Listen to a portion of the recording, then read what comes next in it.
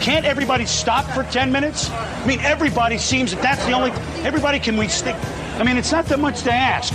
Is that when everybody has to move when I'm trying to concentrate? I mean, it's so rude. I can't believe it. Why does everyone all of a sudden have to move? Got 2 hours to move around. Wait 10 minutes. I'm sorry to explode by that, but it's like no one's ever worked before. I actually can't believe what I just saw. Radio guys who don't have time for the facts. I hear a dial tone. And there were 7 people. I mean, we need to use the studio for 15 minutes. Guys are off to a great start, don't you think? Hey, buddy, I'm not paying you to hear your thoughts on life. Well, I have a microphone, and you don't. So you will listen to every word I have to say! I know that you do some terrible, terrible things, and I can prove that you do these terrible things, and sure enough, contained in the package was stuff to prove that I do terrible things. Excuse me, is that your nose or did a bus park on your face? I just love the way you talk. Hail to the king, baby. Don't call me stupid.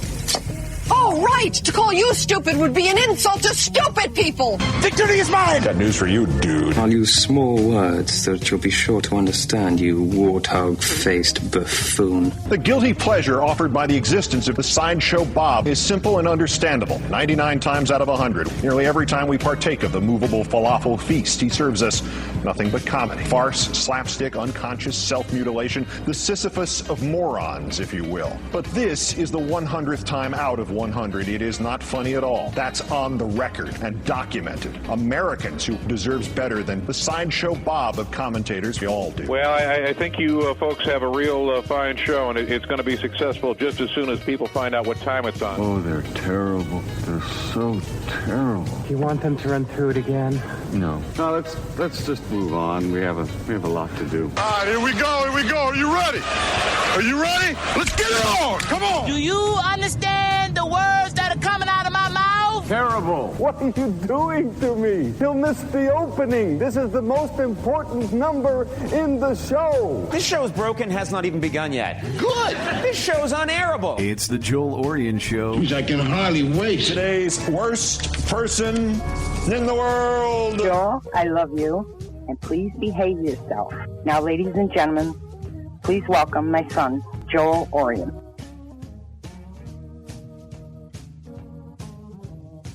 Good morning, everybody. Let's get things rolling quickly here because we're going to have to take a break early. Normally we break it around 20 after, but we're going to have to break it around 10 after as our first guest will be calling in at around 10 after. Tanner, why don't you jump on here? I forgot to do this last week or forgot to do it early on in the show. Why don't you jump on here and fill everybody in on some of the classic Westwood One games people can hear on 92.1 The Team this week. Got a handful of games coming up for the remainder of May. First up, on Monday the 18th at 8 p.m., they will be re-airing the Super Bowl between the Pittsburgh Steelers and the Arizona Cardinals. On Thursday the 21st at 8 p.m., it'll be the 2009 NFC Championship game, the Minnesota Vikings at the New Orleans Saints. On Monday, the 25th at 8 p.m., Super Bowl I, the Green Bay Packers versus the Kansas City Chiefs. And last but not least, to round off May, on Monday, the 28th at 8 p.m., it'll be the 2006 AFC Championship game, the New England Patriots at the Indianapolis Colts. All right, so there you go. Some classic NFL playoff football games right here on 92.1 The Team, presented by Westwood One Sports. Okay, why don't you go ahead and give your Tanner trivia question here to start the show. Today is actually Thurman Thomas's birthday, so I'm about to hit you with some Thurman Thomas trivia. How many consecutive years did Thurman Thomas lead the NFL in total yards from scrimmage? Either 2, 3, 4, or 5. How many seasons did he lead the NFL in yards from scrimmage? All right, there you go. Some trivia for the birthday boy, number 34, the Thurminator. Happy birthday to Thurman Thomas, T squared. TT34. Let's, before we go to break, I want to give you a little good news, right? We're all in need and all in the market for some feel-good news to pick us up, right? I wanted to get your day off to maybe a good start here. Good news, ladies and gentlemen. Good news is good news, and the good news is... I've got good news and good news. Pretty good. Put some good in you. Good news, there's a monkey jumping on houses in the neighborhood.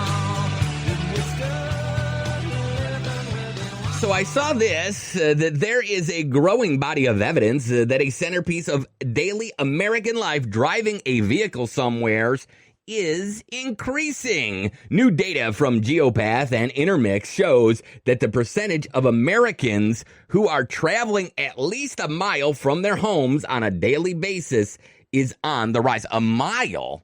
They must be surveying people in metropolitan areas in major cities like New York City. I could drive a mile and still be in the middle of nowhere. I could drive a mile and still not even have cell phone service. So driving a mile really doesn't do much for me or get me any place. But so that looks like it's increasing. For the week of March 2nd, prior to the implementation of lockdown orders across the U.S., 86% were traveling at least a mile from home each day. The figure declined for 6 straight weeks, bottoming out at 62% during the week of April 13th.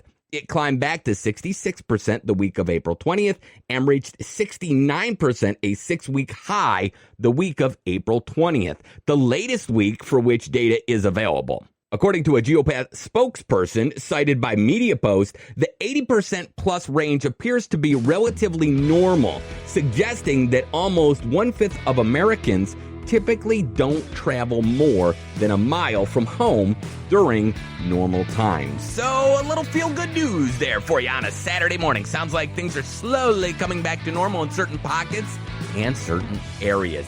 Got a great show lined up for you today. Let's take a break. We'll be right back after this, everybody.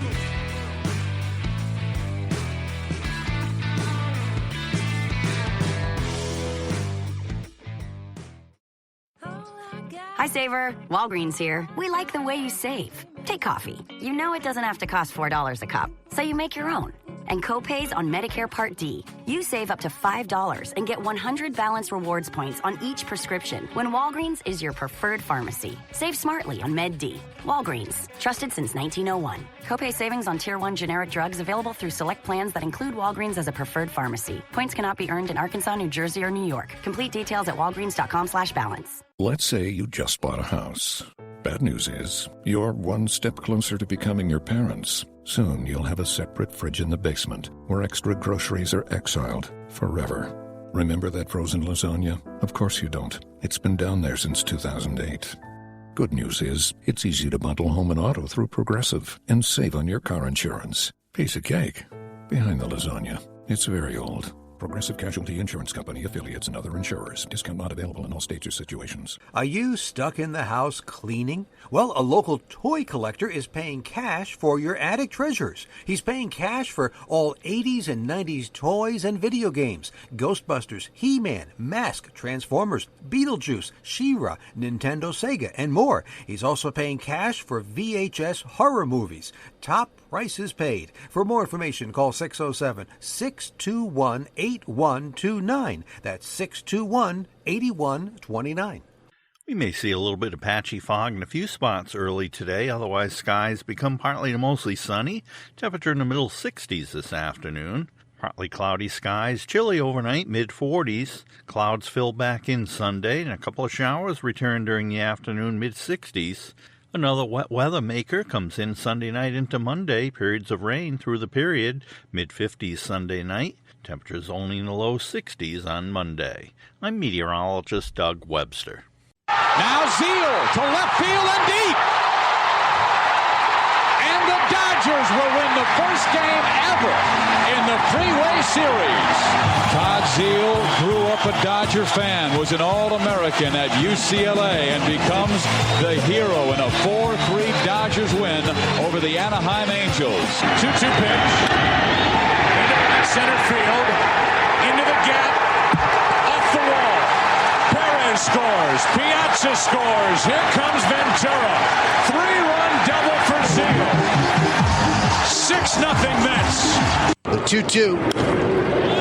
Driven deep to left field. Going back Stewart. On the track at the wall. He leads. See ya! Another home run for the New York Yankees. And they lead 1-0. So Zeal's first at bat as a Yankee and his first home run. Very quickly, Todd Zeal shows his asset. being a part of this Yankee ball club from the right side. He hit 18 home runs last year. Colorado, everybody says, well, anybody can hit 18 home runs in Colorado. But he could be a huge addition. Here's the 3-1 pitch to Zeal, and a high drive deep left field. Back goes Sledge, looking up at the corner, and it's out of here! Todd Zeal in his last Major League game hits a 3-run homer, and Todd pumps his fist coming around first base. The signature moment that Todd had been looking for this afternoon. He got a 3-1 fastball, and they drilled it off the Newsday sign in left field. A 3-run shot for Zeal, who gets high fives all around. Looks over to his wife, Julianne, sitting in the stands, and heads off toward the first base dugout. Zeal with a 3-run homer, and it's 7-1 New York. And for a guy who's going into filmmaking, that's a Hollywood ending to his career. His wife, Julian, appears to be in tears. And the crowd calling for a curtain call. Zeal comes out and waves his helmet to the crowd.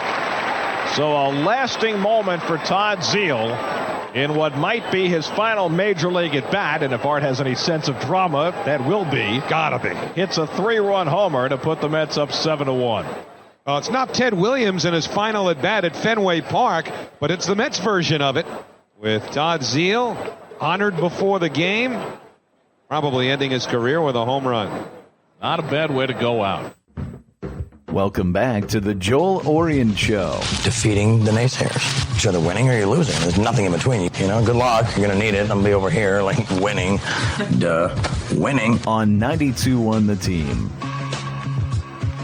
All right, let's bring in our next guest. He played in the major leagues for 16 years for 11 different teams. He played for the St. Louis Cardinals for 7 years, the New York Mets for 3 years, the Texas Rangers for 2, the LA Dodgers for 2, and with the New York Yankees, Chicago Cubs, Baltimore Orioles, Colorado Rockies, Philadelphia Phillies, Montreal Expos, and Florida Marlins for 1 year. In his career, he batted .265 with 253 home runs, 1,110 RBI, 2,003 hits, 397 doubles, 23 triples, 986 runs, an OBP of 346, slugging percentage of 423, and a WAR of 19.3. He made it to the postseason 4 years, played in 7 postseason series, 1 NLDS, 3 ALDS, 1 NL and ALCS, and 1 World Series, the 2000 Subway World Series with the New York Mets. In the postseason, he batted .292, 4 home runs, 14 RBI, 33 hits, and 7 doubles. In the World Series, he batted .400, 8 hits, 2 doubles, and 1 RBI. Could have been better. Bellinger stole a home run away from him, went over the fence and grabbed a home run from him, and Perez got thrown out at the plate in that World Series, if you remember, on a hit by Zeal to left, which denied him another RBI. He had a great World Series in that 2000 Subway Series for the New York Mets. He now does work for SNY with the New York Mets broadcasts. Let's bring him in. It's Todd Zeal. Todd, thanks so much for joining us. Sure, thanks for having me on. You had a lot of highlights there that I haven't heard in a long time. That was great. Thank you so much. Well, you certainly did have a lot of great moments. That was just a few of them. We could have put together a lot more in that montage package. Your walk-off home run in the Freeway Series between the Dodgers and the Angels. Your first at-bat for the New York Yankees where you hit a home run. Only one of 19 New York Yankees to hit a home run in your first plate appearance in the Pinstripes. And then your last plate appearance for the New York Mets where you hit a home run against the Montreal Expos, making you part of a trivia question. You're the last player to ever hit a home run against the Montreal Expos, and you're one of 60 players to hit a home run in their final at-bat. Any one memory stick out to you? You know, weirdly, and those are a lot of great moments that I got to hear, and I appreciate that. And those are some of the top moments in my career. I remember the Freeway Series walk-off in a Dodger uniform, given that I grew up as a Dodger fan, and then the World Series, obviously, in the playoffs against the Cardinals. Those are all things that I remember really, really fondly. But ironically, the one that's not in there was just being a part of that Mets team following the attacks in 9/11 and being a part of that first game back in New York and the way the crowd and the city came together and supported us in that game against the Braves on 9/21/01. I think that's probably the most significant moment that I have ever experienced in baseball, and I think one of the things that I'll remember most about my career is being a part of that time and then sort of having it capped off by that, by that amazing game and the Piazza home run and all the things that, were a part of that. Well, there's no doubt that Mike Piazza home run in that game at Shea Stadium was part of what helped the country heal and move on from 9/11. I think that game and that moment is part of Americana and part of our society and culture and woven into the fabric of our country on how we healed. I think people remember that moment in that game maybe just as much as when President Bush threw out the first pitch after 9/11. This is a little similar to 9/11, this health scare. It affects the entire country. Maybe affects New York City a little bit more because of the dense population and the number of cases and the number of deaths. You were involved in that game coming back on 9/21/01 and helping the city and the country heal. Do you believe the country and our society needs baseball or a sport to come back to get our mind off of things and distract us from this health crisis we're facing right now? Yeah, I think early on, especially when baseball was first shut down, I think I was drawing a lot of comparison to that time after 9/11. I think the way this has persisted and the fact that it's been, a global pandemic and there's nobody in the world that's not been affected in some way, shape, or form by what's going on right now, it starts to feel a little bit different, and it feels, like something that's unique to everybody, not only in sports, but in life in general, at least unless you've lived 100+ years and you've seen some of the, pandemics of, centuries ago. Having said that, I think that there is still that same sort of feeling around sports, right? Sports is that bit of American culture that makes people feel like there's some sense of normality coming back and there's something that they can cheer for. There's a way to kind of get their mind off the distractions of the day. And so I think for those reasons, there's a lot of emphasis being paid on whether or not there's going to be professional sports back this summer. And I think everybody is cooperating and trying to do their best to collaborate on getting some sports back onto the court, onto the field, onto the ice, and into the gridiron come the fall, because I think America needs it. And I think even if there's no fans, I think there is an audience out there. It's obvious when you watch right now things being streamed, old games, things from years past, video games that are being attended and watched by fans that are hungry for that taste of sports again. So it's obviously something that's very close to Americana and something I think you will see by summer's end, and hopefully we'll start to restore some sense of normality to this very crazy time. Want to get your thoughts on two of your former teammates going into the Baseball Hall of Fame. Larry Walker was a teammate of yours when you played in Colorado, and Derek Jeter when you played in the Bronx. Yeah, I was glad to see Larry got the recognition that he deserved, because I think he was just a steady, not a real flashy player, but he was one of the best defensive right fielders of our era. He did a lot of things that went unnoticed on the bases because, in Colorado, it's about hitting home runs, and then it's about the asterisk that goes next to your name when you hit a lot of home runs in that city. So, look, I saw him play from the time we were in the minor leagues together when he was coming up with Montreal. He was a great player in Montreal and then was fortunate enough to get, as a part of that expansion draft, go to Colorado and just really had a phenomenal career. So he's a great teammate and just one of those guys that I loved watching him play because he did it easily. He made it look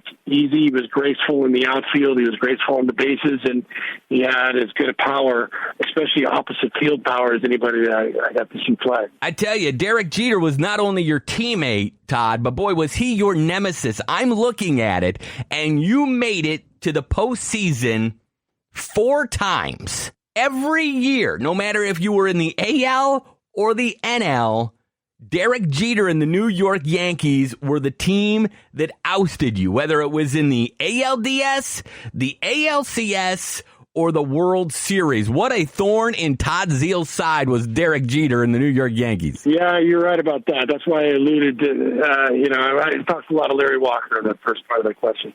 But no, Derek and I obviously were teammates as well in 2003, and he's a great teammate. He's one of the great team players that I've ever seen. I mean, and that was one thing that I actually got a huge appreciation for when I became a Yankee. I'd seen him on the other side of the diamond, and those are the kind of guys that you just don't like when you're on the other side of the diamond because he always comes up in a key situation, and he always gets the big hit or makes a great play or does something amazing on the bases or in the field. And a thorn in the side, yes, but he was more than that. I mean, he was as clutch a player in big moments as there was during that 20-year stretch that he, donned that field at shortstop in Yankee Stadium. And he goes down and will go down, and he'll be immortalized in the Hall of Fame for good reason as one of the most prolific team players that the game has ever seen. I think his numbers just in and of themselves, I mean, the 3,000 plus hits is an amazing accomplishment, but there's guys that have hit more home runs or guys that have driven more runs in. But I don't think there's been any guys that have had more of an impact on a team and their ability to win big games and win championships than Derek Jeter. Well, let's talk about the Mets this year. You are part of SMY's broadcast. You're part of the pre- and post-game coverage for the New York Mets. Now, you came up with the Cardinals, and you played for the Cardinals for 7 years. That's the most you played with any of the 11 teams. The Mets are second with 3 years. You played 1 year with the New York Yankees. I think of you as a Met. Maybe that's because you made it to the Subway Series with the Mets in 2000, one of their teams that made it to the World Series. You had a great series that year, batting .400. I feel like you relate and connect with the Mets maybe more than you do the Cardinals. Talk to me about the New York Mets, and once this season gets underway, what are you expecting out of the Metropolitans this year? Well, you know what? One of the things that, just to that point in the Mets, I played with a lot of teams. I played with 11 teams, and I had a nice long career. But the Mets, I alluded to it earlier. I had the World Series with the Mets, but the 9/11 really connected me to the city of New York, into that Mets franchise, and it's like a family to me. And then I had the good fortune of being able to end my career there. So I think that's why that affiliation works for me in New York as an analyst for the Mets.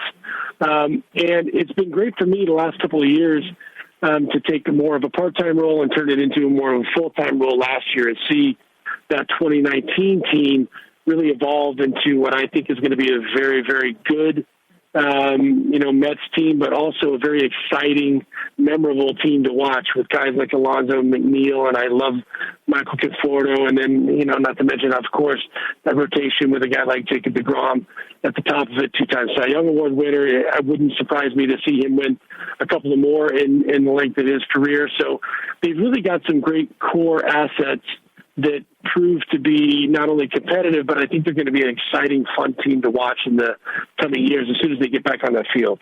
Now, Todd, you played for 11 different teams, and you weren't traded from team to team every time, but you were traded a few times. And I was just wondering, Was there any one time, I mean, because it's like being fired, even if you know you're going to get fired. I've been fired several times, and even when you know it's coming, management's pushing my buttons, I'm pushing their buttons. Even when it comes, it's a surprise, and you're kind of in shock and disbelief for just a little bit. Things kind of are happening in slow motion. Was there any one time that you were traded that you didn't see coming, or you were upset at, or really thought you were in a good spot and you were really bummed that you got traded? Yeah, I mean, that happens on occasion. And the way I had to kind of look at it is I ended up changing teams as much because somebody wanted me down the stretch, or they wanted my veteran, presence in, a run for the playoffs or those types of things. But the one that really not only shocked me at the time, but was the most disappointing, I think, certainly at the time, ended up leading to a lot of great things in my career. And that was when I was with the Dodgers. And, I had grown up watching the Dodgers and wanting to play for the Dodgers. I got this opportunity to sign back, to play there in LA in 97. I signed a 3-year deal. I had multiple options to play elsewhere for, theoretically better contracts, but it was a place I wanted my family to be, and it was a place I couldn't wait to go play. I had a great year in 97. And then early on in 98, I got traded, and I was really a part of a trade that was really all about Mike Piazza. And, the rest is sort of history as it goes, but it was just Mike and I for all those 5 Marlin guys, including Sheffield and Charles Johnson and Bobby Bonilla. 8 days later, Mike's in New York Met, and I was still with the Marlins, for a month and a half. Ended up, in hindsight, I look back at it and I'm like, okay, well, that also catapulted me to the Texas Rangers, and we had 2 division championships and playoff experience with the Texas Rangers. It also opened up an opportunity for me to come back and be with the Mets and join Mike in New York in 2000, things that probably wouldn't have happened if I'd have stayed the rest of my career there in LA. So no regrets, but that one at the time was hard to take because I knew that trade was not about me. It was really about needing somebody else to be in that trade with Mike to satisfy what the Marlins were trying to do with dumping salary. And I just felt like kind of a guy along for the ride. But you know what? Hey, it was a great, interesting, meandering ride for 16 years. And, you can't look back on it now without saying, it led to some other great experiences. Well, we heard in that highlight montage to start the interview in your last Mets at bat, the announcers were talking about you going into the entertainment industry, and that's exactly what you did. You've been doing some producing and acting. You were the executive producer of the movie Dirty Deeds. You made an appearance in that movie. You've made some appearances on the sitcom King of Queens, and you were in the movie I Am. You now have BitFry Game Studio as well. You've got a lot going on in your post-playing career. I do. That is one thing that I think towards the latter part of my career, I knew that this wasn't going to last forever, and I tried to get myself at least prepared for transition. And I think, there's good and bad to that, quite honestly, because I think I wanted so much to not be defined as a baseball player or, an ex-jock, and I didn't want to just be seen as, hey, I'm going to go out and play golf and do some broadcasting. And so I got into some things on the entertainment side that I was honestly a little over my skis with, and I had to, really, took a bit of a learning curve and paid my tuition and got some valuable lessons, and then kind of landed on my feet when I helped create a TV show called Anger Management, and then was the executive producer of that with Charlie Sheen for a few years. And that kind of set the ship straight a little bit, and then opened up the door for me to say, you know what, I don't know why I've turned myself away from baseball. There's a lot of great opportunities that still exist in the game. It gave me a lot of opportunity to come back to New York.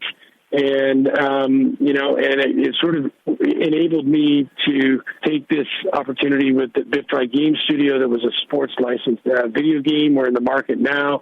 But that brought me back to New York and gave me an opportunity then to kind of reacquaint with the Mets, a little bit more experience with SNY, and then, kind of build into the role that I'm in now, which I couldn't be happier to fulfill. Well, you mentioned Anger Management and Charlie Sheen, so I'd be remiss if I didn't ask you about him. I know you became friends with him after your playing days, and you were actually around, Charlie, the time of his epic meltdown, I guess you could call it, around 2010, 2011. You went on a trip with him to try to hunt down the Loch Ness Monster. This was during his battle with CBS and Chuck Lorre, the executive producer of 2.5 Men. 2.5 Men was the biggest show on TV. He was getting huge paychecks from CBS. He wanted more. He was battling with them in the press. He's a great test example for us now that we're stuck inside our houses. What happens when you're bored inside your house with nothing to do? You know, they say, an idle mind and idle hands is the devil's workshop. I mean, Charlie was going on epic drug binges and making crazy Ustream videos, and he was just saying the craziest things in interviews. This was during the Tiger Blood and the winning period for Charlie during all that time. And Charlie has certainly done and said some things that are, repulsive, and certainly I don't agree with and I don't approve of, especially when it comes to his ex-wife, Denise Richardson. But he's one of those guys, just like when a politician gets caught doing something illegal or wrong, you have a tendency to forgive them because they're just so charismatic and they just seem like there is a good person down deep and you're rooting for that person. Like when your boyfriend or girlfriend cheats on you and you keep forgiving them because there's just something about them. You want to believe in them and you want to believe that they're going to do the right thing and they're going to change, and you overlook those bad habits and those mistakes and you want to help them get on the right path and go down the right road. And you're an executive producer. Maybe you can make this happen. I think there needs to be a movie made about Charlie Sheen. This guy has lived the highest of highs and the lowest of lows. He goes up, he goes down, and then he'll bounce back because people love him. And it's just been such a roller coaster ride for him. And I'd love that. He just seems like a great guy to hang out with. Like you just love to be in his orbit and hang out with him for a little while because it just seems like you wouldn't be able to stop laughing and enjoying hanging out with that guy.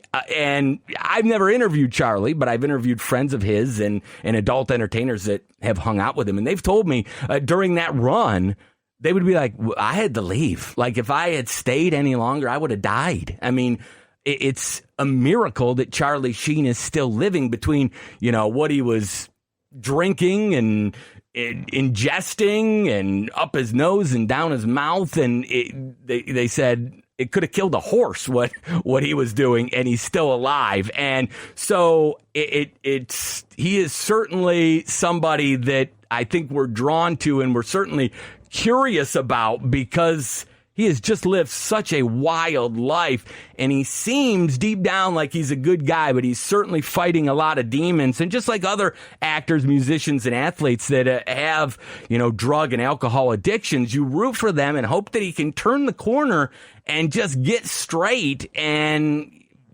take care of himself. Do you still talk to Charlie? Are you and Charlie still friends? Yeah, it's rare that we connect anymore. I think after the show, I thought that there was a couple of other opportunities that we might pursue together. And then, one thing led to another, and we kind of went our separate ways. I ended up back in New York almost full time. But look, the read that you have on him is really accurate. I mean, he is really an amazing guy with a great heart and one of the smartest human beings that I've ever met. He's a baseball encyclopedia. Can tell you about games that he remembers watching as a kid with the Cincinnati Reds and the Big Red Machine. It could have been a mid-July game in 1975, and he could tell you what Joe Morgan did, what Pete Rose did, and what Johnny Bench did. So he's one of those guys that's a student of the game, and he is a little misunderstood at times because I think he has such a huge heart and it can be so generous that he can also be a victim of his own generosity and have people, glom on and take advantage of him and ends up in situations that are probably not the best suited for him. So we're friends.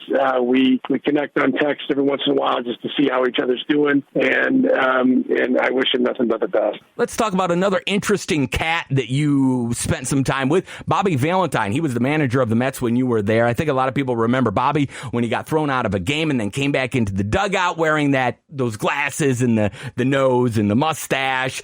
He then got into broadcasting with ESPN, came out of retirement to manage the Red Sox. I thought he'd do well with the Red Sox because he'd already managed in a big market with a rabid fan base and a media that is unrelenting and hounding you, but that went south quickly with the Red Sox. That was probably very forgettable for Bobby with the Boston Red Sox. Didn't go the way either the Red Sox or Bobby probably had hoped. He didn't even last a season with them. A lot of people don't like Bobby. They feel like he's a little aloof and kind of has this I'm better than you or I'm smarter than you attitude. Give me your thoughts about Bobby Valentine and your memories playing for him. Look, I think that's an interesting one because Bobby and I did not always see eye to eye, and I think we could even say that sometimes, we locked horns a little bit, and may have even been part of the reason I was traded away from the Mets in 2002 and then returned there when he was gone. But having said that, it was not about baseball. It was not about ego. It was just that he has this personality that he tries to find ways to motivate guys in ways that are sometimes unconventional. And but he is one of the best, most strategic, manager minds that I've ever known. And I think he takes his job as manager so seriously. He's very well prepared. He feels like it's a battle between himself and the guy that's got the clipboard on the other side of the diamond. It's just not about the players. He feels like he can tip the scales and manage a team to a victory. And at the same time, if he makes a mistake, he can take, he'll put it on his own shoulders and say, hey, that was on me. So he's an interesting guy. He's a character. He's really, really bright. And we have actually connected more recently since I've been back in New York, and, love what he's doing with Sacred Heart. And we tried to find some other ways to spend some time and work together, whether it be on the show in the studio or even with some of the things he's doing as that AD over there in Sacred Heart. I want to get your thoughts on the sign stealing controversy with the Astros and the Red Sox. When I talk to a lot of former players, they feel like back in the day that was policed by themselves and the commissioner and the front office didn't need to get involved. That sign stealing has always had its place in the game, whether there was a runner on second and the pitcher and catcher had to change up their signs, but it seemed to get out of hand and the players were not policing themselves and it was getting out of hand and Major League Baseball had to step in.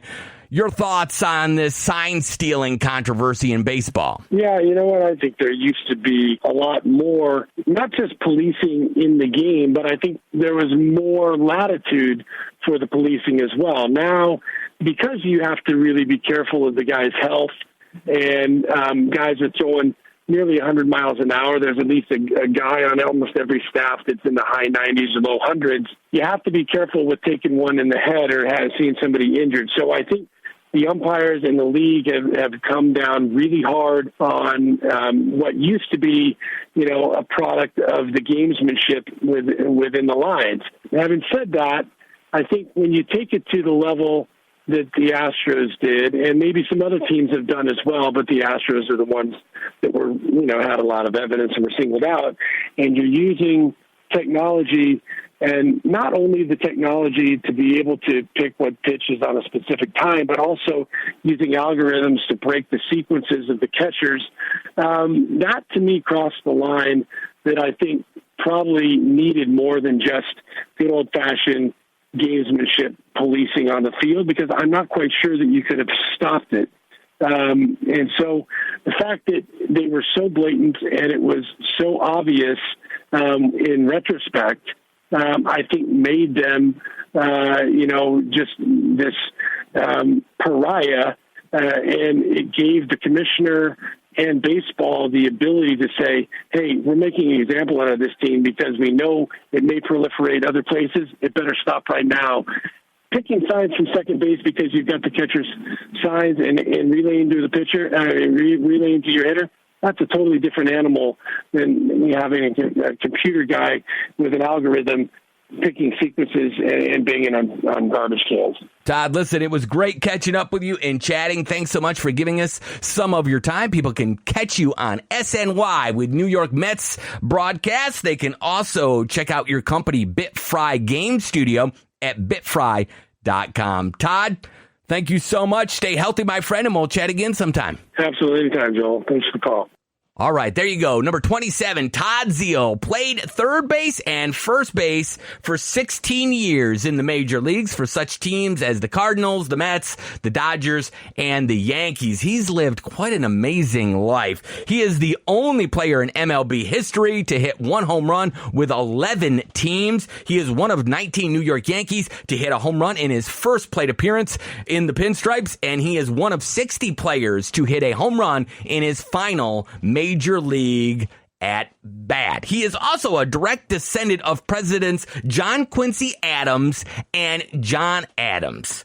Also, he was married to, they've since divorced, but he was once married to Julianne McNamara. She was the first American gymnast to score a perfect 10 in the Olympics. How about that? So literally, number 27, Todd Zeile, whether he was hanging out in the dugout or the clubhouse or going out for drinks with his buddies, he literally could say, my wife's a perfect 10 because she got a perfect 10 in the Olympics. So he wouldn't be lying, okay?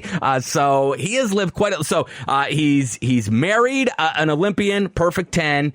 He's hung out with Charlie Sheen. What a life. I mean, and I can imagine it must have been hard to live with a perfect wife. I've dated people who thought they were perfect. It is not easy. So I could see where that would be difficult. I mean, how could you tell her how to do anything? I mean, it's like, hello, I'm perfect. I'm the one that got the perfect 10, not you. You don't have to tell me how to do these dishes, pal.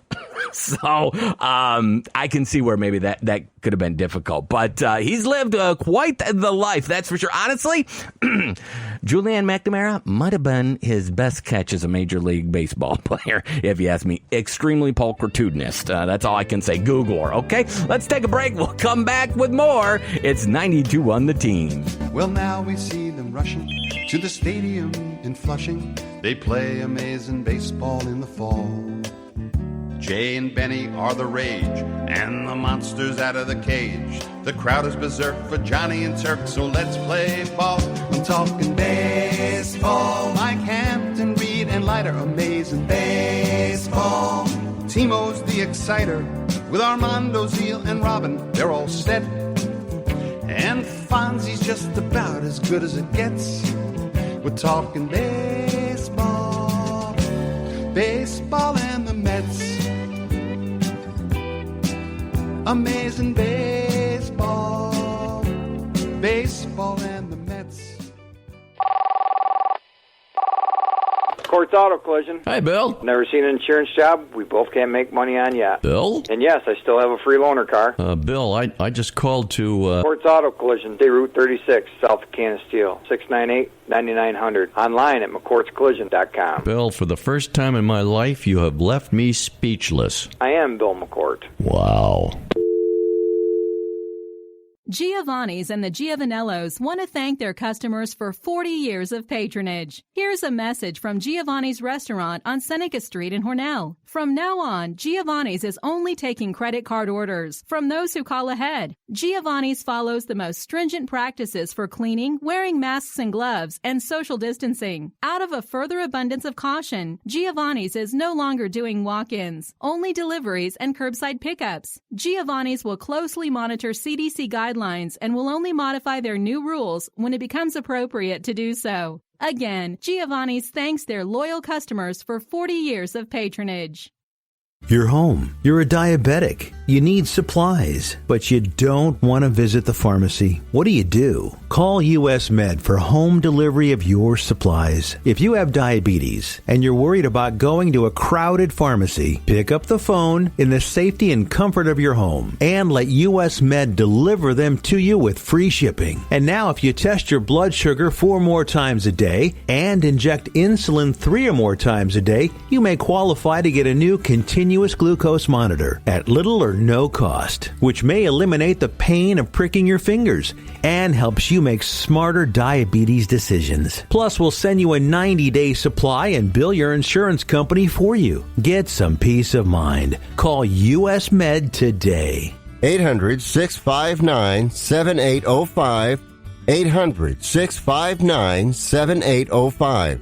That's 800-659-7805. This is John Murphy, voice of the Buffalo Bills, and I'm excited to be on Oriend Nation, that is, with Joe Oriend on 92.1 The Team.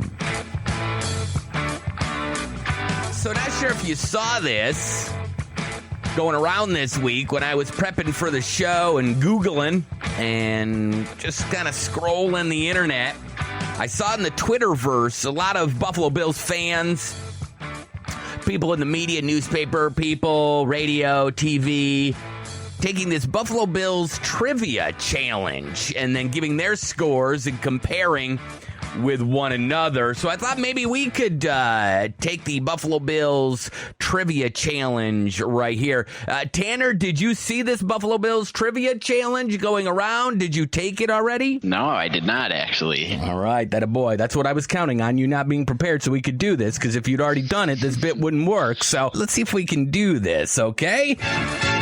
Do a little Buffalo Bills challenge here. Let's see who knows more about the Buffalo Bills. The lifelong fan of the Buffalo Bills for at least 19 or 20 years, Tanner Saunders, or me, who growing up hated the Buffalo Bills because they were so good. They would just demolish anybody until they got to the Super Bowl. I bet many a friendly bet against the Buffalo Bills in the playoffs. I lost that Houston Oilers game when they blew out the Oakland Raiders in the AFC Championship game.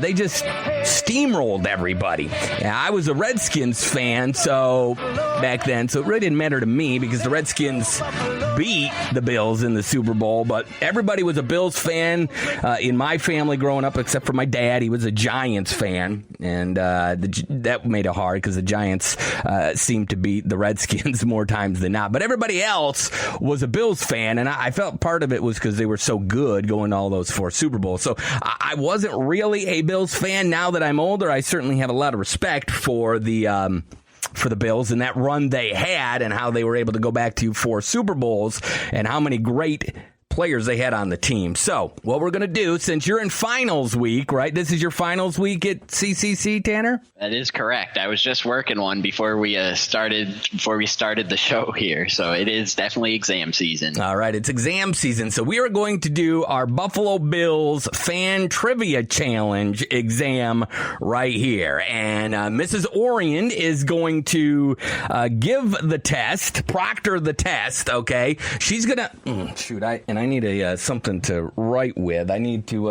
I'm gonna now. Don't give your answers, okay? So put your answers in a text message or in an email, okay? And then what we'll do is you'll send her your answers, and I will send her my answers, and then she will grade the test and come back and let us know who got the higher grade, okay? All right. So let me get my iPad open and ready to go here. Okay. Let's bring her in so she can administer this Buffalo Bills trivia exam. And let's see how we rank amongst other people. Now, the one that people were doing was from The Athletic. Now, I looked at that one, and it's probably the most recent because it was just put out. But the comments said it was extraordinarily difficult, and if, you're under the age of 70, you're not going to do real well. I guess it went way back. So with Tanner only being 19 or 20, I didn't think that would be extremely entertaining or interesting if they're too old. So we found another one that's very similar. So, all right, you only have like 10 seconds because you can't Google these things, okay? So 5 to 10 seconds, and then we'll move on to the next one. All right, Tanner? All right, sounds good. Let's go. All right, whenever you're ready, go ahead and ask the first one. All right, question number 1. In which NFL season did Marshawn Lynch first rush for 1,500 yards? 2012, 2014, 2010, 2008. All right, next. In what year did the Bills begin displaying a buffalo on their helmets? 1968, 1970, 1974, or 1962? All right. Which Pro Bowl safety led the Bills in both interceptions and forced fumbles in 2012? Was that Brian Scott, Justin Rogers, Jarris Bird, or Nick Barnett? All right. Next one. I'm going to be disappointed if I don't get this one because the player that I think it is one of my favorite Bills back in the day. All right. It's fortunate for all of us that I've been in my other job brushing up on my Roman history for my sixth graders because I needed my Roman numerals in this question. How many passes did Bills quarterback Jim Kelly attempt in Super Bowl 26? 55, 58, 49, 52. Next question. Who was the Buffalo Bills' first ever draft pick? Oh, man. Was it Tommy O'Connell? You know Tommy. Sure. Remember him. Laverne Dorkson? Okay. Richie Lucas? Ooh. Or Richie McCabe? Richie and Richie. Boy. At least if you went Richie. Yeah. Two choices. Next one. I hope you brushed up on 2013. In 2013, a Bills game against which opponent was blocked out locally due to poor ticket sales? Was that the Cleveland Browns, the Atlanta Falcons, the Pittsburgh Steelers, or the Miami Dolphins? I'm just envisioning a 12-year-old Tanner Saunders in his footed Bills pajamas crying because the game was not on TV. Who could it be? Next. All right. O.J. Simpson's first Buffalo Bills contract was for 4 years and worth about how much? You must have studied his contract, right? Mm-hmm. Here are your choices. $215,000 plus a $100,000 loan, $400,000 plus a $50,000 loan, $650,000 or $400,000. All right. None of them sound like a killer deal, but I've guessed my answer, so let's move on to number 8. 2005. That's the year that you studied. Oh, yeah. You must have brushed up on that. Yes, I remember. And they stunk that year. You will know who led the Buffalo Bills in passing yards during the 2005 regular season. Shane Matthews, Kelly Holcomb, J.P. Lossman, or Drew Bledsoe? All right, go ahead. Number 9. All right. How many Buffalo Bills players were selected to the 2013 Pro Bowl? 2, 3, none, or 5? And I just have to say, as a teacher, when I'm developing a quiz, that kind of thing drives me nuts. They should go in numerical order. Exactly. It's probably why I've gotten that one wrong. All right, number 10. This one goes way back. Which Bills guard was killed in action during the Vietnam War in 1970? Bob Kelsu, Edward Abramowski, Kent Hull, No. or Pat McGroder? Oh, boy. All right, I've guessed at that one. Next. On to another Super Bowl question, another Roman numeral question. Right. Who was the Bills' leading receiver in Super Bowl 26? Andre Reed, Don Beebe, Al Edwards, or James Lofton? All right, next one. Do you want to know who they played? Sure. No, you haven't muted me to Tanner, right? No, I'd like him to be able to hear too. Let's make this fair. They played one of your favorite teams. The Washington Redskins. They sure did. All right. Next question. Bruce Smith recorded a Super Bowl safety by sacking which quarterback? Was it Phil Simms, Joe Montana, Jeff Hostetler, or Bernie Kosar? Number 13. All right, back to 2012. Which team did the Bills play in Toronto during the 2012 season? The New York Jets, Houston Texans, Seattle Seahawks, or New England Patriots? All right, so this should be number 14. Ooh, another favorite year of yours, I'm sure. 2008. What team beat the Buffalo Bills in their first 2008 preseason game. Ugh. Not only is it 2008, but a preseason game, one to get really excited about. The Washington Redskins, the New York Jets, the New England Patriots, or the Oakland Raiders. All right, boy. Anybody that knows that, it's got too much time on their hands.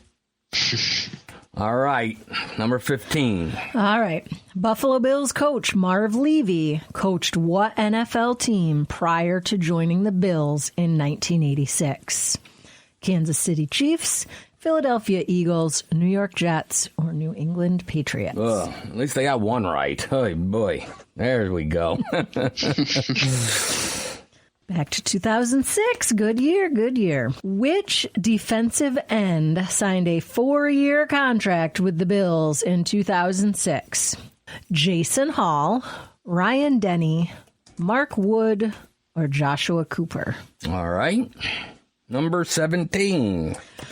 What college did NFL wide receiver Eric Moulds attend? Georgia? Oh, my gosh. Howard, Pittsburgh, Mississippi State. I know this is disappointing because when we did that segment a while back ago about the Bills drafts from, the end of the Hall of Famers era to the mid-2000s, I've looked at Eric Moulds' name a ton. I just didn't look at his college. Okay.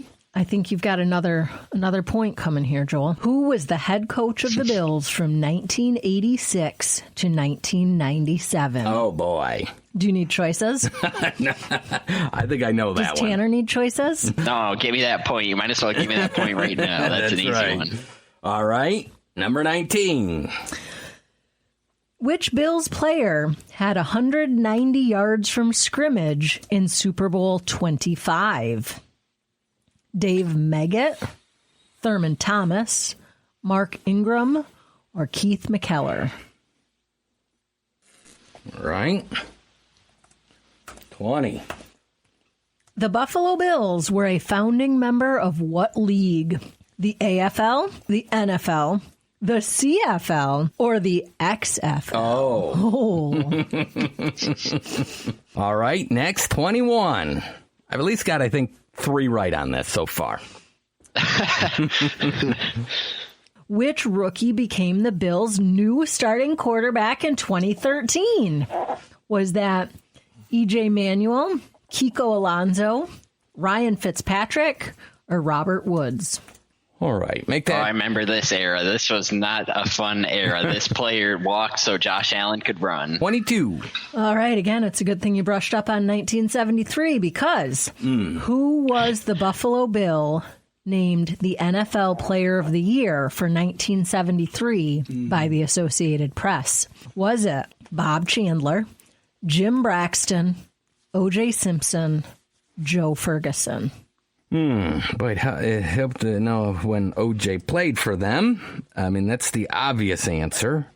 23.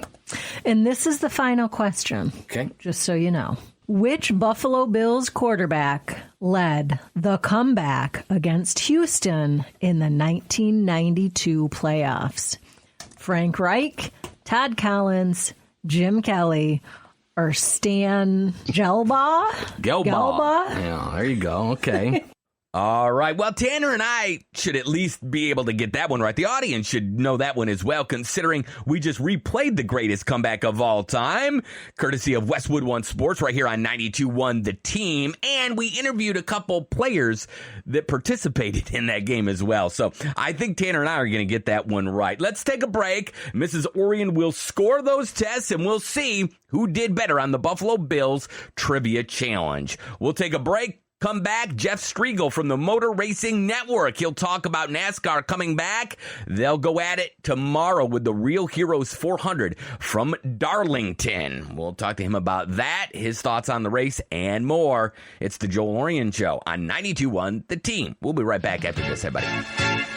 The Bills make me wanna shout, kick your heels up and shout, throw your hands up and shout, throw your head back and shout. Come on now, the Bills are making it happen now.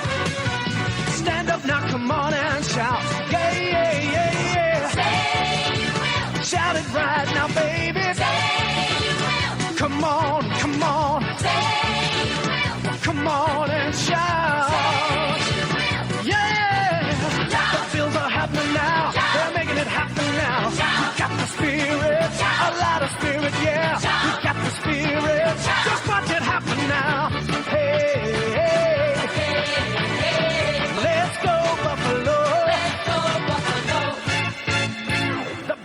make me wanna 92.1 The Team. WCKR Cornell.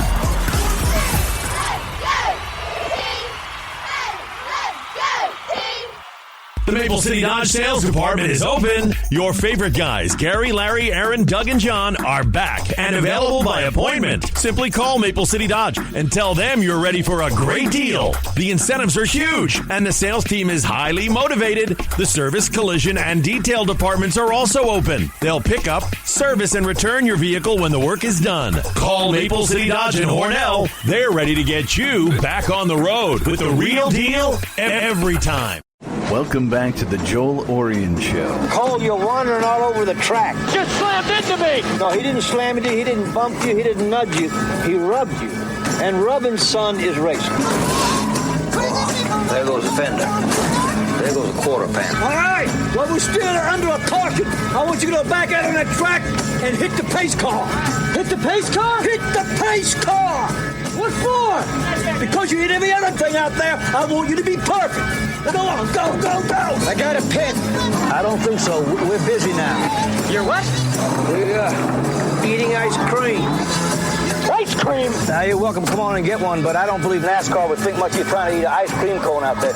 You have enough trouble riding around the track as it is. I'm dropping the hammer. No, you're not. On 92.1 The Team.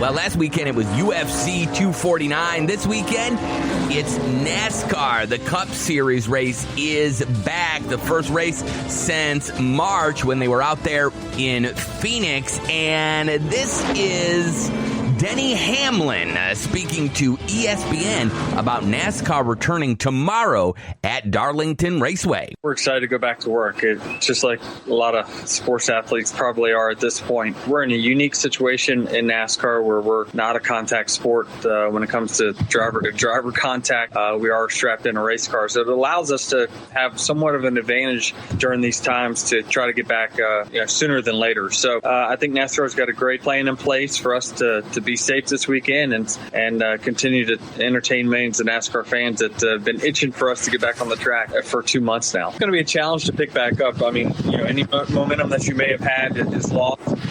We did win the iRace this weekend at North Wilkesboro, and that was a good momentum boost because listen, as a driver, the things that make me good virtually are the same things that make your skill set good in real life. So everything's equal. Everyone's got equal equipment. So you got to, you take a lot of pride in winning those races. So for me, it's going to be definitely a transition being able to just show up and race, practice, because I enjoy the process of getting good at something, the practicing, the testing.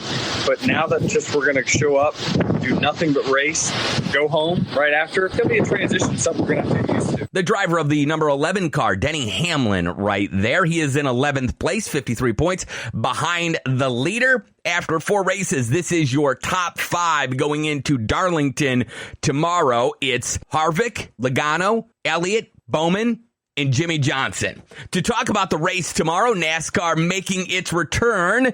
It's always a pleasure to have him on. He's one of the great announcers from the Motor Racing Network. It's Jeff Striegel. Jeff, thanks so much for joining us. How are you? I'm excited to be back on with you, Joel. Man, oh man, what a time we're living in. And I hope that Sunday, when we do crank them up and go racing at Darlington, that everybody is able to just maybe sit back for a minute, take a breath, unwind, and enjoy live sports again. It's been a while. Jeff, I know you are from Michigan. The race is in North Carolina. Are you going to be part of the broadcast tomorrow? And if so, how did you get to North Carolina? Did you drive? Did you fly? How did that happen? Well, that's part of the challenge. I am not going. It'll be a race. Okay. I think the first race in some 20 years or so that I will not be attending. And here's why, Joel, and here's what I think the listeners need to know. You heard Denny just explain that NASCAR has done a great job getting everybody ready. They really have. That's an understatement. Darlington will basically be in lockdown. They're not traveling people from outside, if you will, of the Charlotte area. Obviously, I'm from Michigan. We have a group of, most of our broadcasters are from Charlotte, North Carolina. Yeah. So we have enough people in Charlotte that can get up on race day morning, drive to the track at a scheduled time, get out, broadcast, get back in their car and go home. Right. And unfortunately, I am going to be doing what your loyal listeners are going to be doing, and that's enjoying it probably on TV with the volume down and listening to my friends on the Motor Racing Network. Now, there's been a lot of talk and speculation with football, basketball, baseball, that they're going to pump in atmosphere noise, crowd noise into these places so that it doesn't sound so weird being an empty arena or stadium.